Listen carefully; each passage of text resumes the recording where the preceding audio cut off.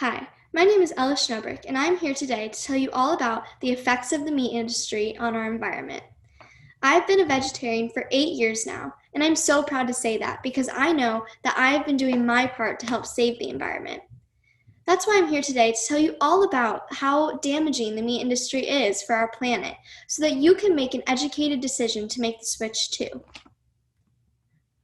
Did you know 150 gallons of water are required per cow every single day?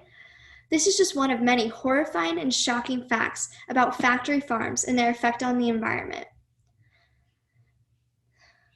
You probably have not thought much about how the factory farms affect our environment, plainly because they have become such a normal part of our life. But it's time we start to recognize the damages they are causing for our planet. For example, agriculture contributes in part to the impairment of at least 170,750 miles of rivers, 2,417,801 lake acres, and 1,827 estuary square miles in the US. Animal waste accounts for a large portion of this pollution. Another shocking fact for you: only 45% of factory farms have discharge permits to drain the waste from their cesspools, but an estimated 75% of farms contribute to pollution, unregulated. Are these facts starting to open your eyes to the damages the meat production is causing? Here's one last fact, not just about the effects on our environment, but on our personal health as well. Hormones used in animal agriculture can be passed through manure and into waterways where they cause reproductive problems in fish. These hormones cannot be filtered out of water and can be passed along to humans as well. Scary, right? These facts are all proven by scientists and should really make you think about how the meat industry is affecting our environment. So, is eating animals for our enjoyment really worth our world dying in the long run? You can help reduce the amount of pollution and bad effects on our environment by becoming vegetarian, or better yet, vegan. If those two options are too extreme, even cutting back on your meat intake can help make all the difference. So, what can we do to solve this problem? Throughout the nation, throughout our world, animals are dying every day for our enjoyment. And not only is it hurting their lives, it's hurting our planet's. In fact, 50 billion animals have been killed for food this year. And this number is updated and growing every second. With a number this large, you think more people would know about this growing issue. But the truth is, many people are unaware. The meat industry is a large money-making business, and they don't care that people know about the truth because they want their customers. They would rather make money than save our planet. And that's just the sad truth. But with people educated and knowing what it is that they're buying, things can change. People will stop buying meat if they knew the truth. So, with that being said, that's why I'm here to tell you all about the cold, hard truth. The first issue I'd like to address before we really get into it is a question I'm sure that has crossed all of your minds. Don't we need animal meat to survive? Because that's why they were put on this earth, isn't it? Well, the answer is no. No, we do not need meat to survive. And no, they were not put on this earth for us. The fact that human beings have the ability to exploit non-human animals does not mean that those non-human animals exist for the use of our enjoyment. A quote found on a website called Vegan Future Now also states, "Our status as the dominant species on Earth does not give us the right to treat non-human animals as mere objects, commodities, and machines, as mere means to human ends." Each animal that dies for our consumption represents a horrific injustice, an innocent life stolen by a human on this earth. And in most cases, it's not our fault. This is the way we were brought up, the way we were told things are meant to be. But like a very wise man once said, until we stop harming other living beings, we are still savages. Thomas Edison. Now, let's go back to that first question of meat's nutritional value. The fact is that there's simply no nutritional need for humans to eat any animal products. In fact, all of our dietary needs, even as infants and children, are best supplied by an animal-free diet. Even with all the facts I've given already, I'm sure some of you are still doubtful. After all, ignorance is bliss, isn't it? No, it's not. It's time to wake up and face the cold, hard truth and do what is needed to save our planet. Where will we be in 30 years? There will not be enough water available to produce food for an expected 9 billion population in 2050 if we follow current trends. Malin Fellenmark and colleagues at the Stockholm International Water Institute stated in a report. I don't know about you, but this fact especially scares me because we want a future. We want a future for our children. But if we don't make a change, we won't have a future. Not for ourselves, not for our future children, not for their future children. We have to do what is right if we want any future for any of us. You can help prevent this future that is coming for our planet, all by making a tiny switch in your everyday lifestyle. By making a change to give up animal products, you will not only save this planet, but you will feel great too.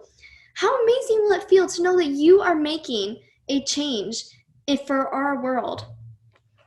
Did you know if you went vegan for a month, you would save 620 pounds of harmful carbon dioxide emissions, 913 square feet of forest, and 33,481 gallons of water. The average person who goes vegan for just 1 month can save up to 30 lives of animals.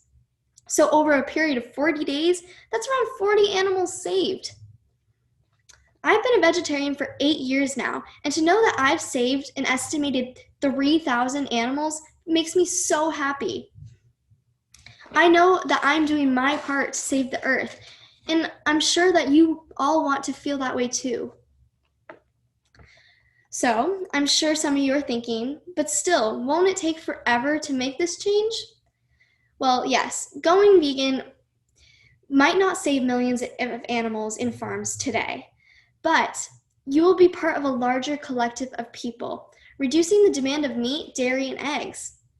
And the fewer animal products that are sold, the fewer will be ordered from shops, and in turn, the demand for animals will be decreased. If you are ready to make the change, or if you already have, maybe it's time to influence others as well. Yes, it may be a little difficult at first, but never underestimate the power of a positive example. For example, Genesis Butler, an American activist and leading figure in the $1 Million Vegan Campaign, was just 10 years old when she gave her TED Talk speech about her vision on healing the planet. That video has now been watched nearly 70,000 times on YouTube, and without a doubt has inspired many to make the switch. The best thing you can do to influence others is just to educate them and inform them. I was informed from a video, a documentary. My mother started out by asking this woman, my ballet teacher, about her diet, thinking she looked amazing. Turns out this woman became a vegan for the purposes of the animals' abuse and the environment. Curious, my mother asked her what video it was, and she went home and watched this documentary. It was very gory, so she did not intend for me and my little sister to see it, but we did on accident, and all it took was one second of watching that poor cow being abused for us to realize we did not want to contribute to that.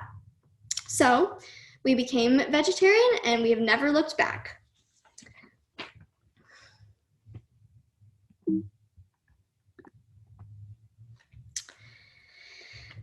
If you would like to take a different route, maybe using arguments and facts to inform others would be helpful.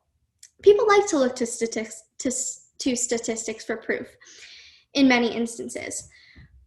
Or if you would like to avoid arguments, which is my preferred method, maybe cooking them a delicious vegan meal would be fun. Show them how easy it is to be vegan, and then tell them how helpful they would be and how helpful they would be for our environment if they did make the switch. Now, let's take a moment to envision ourselves. Envision yourself deciding to stop eating animal products and being successful at it. A couple years later, you look back and it makes you so happy to know what a difference you've made.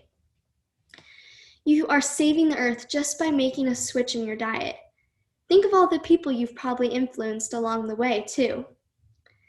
Maybe you'll even use your knowledge to make speeches to educate others.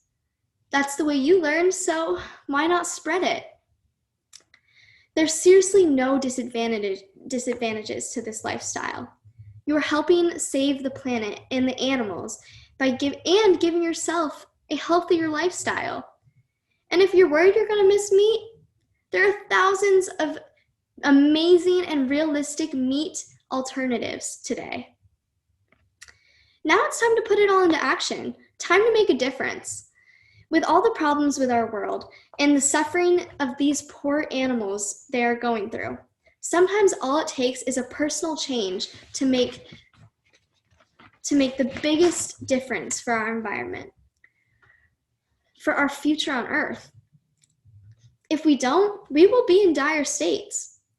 I will now be handing out informational packets of everything I've talked about today. Start small. How about for your next meal, make it plant-based? You must think about our future and what you want for our planet. Who knows? Our world may become a better place because of you. You can do it. Thank you so much for listening to me today. You are a great audience.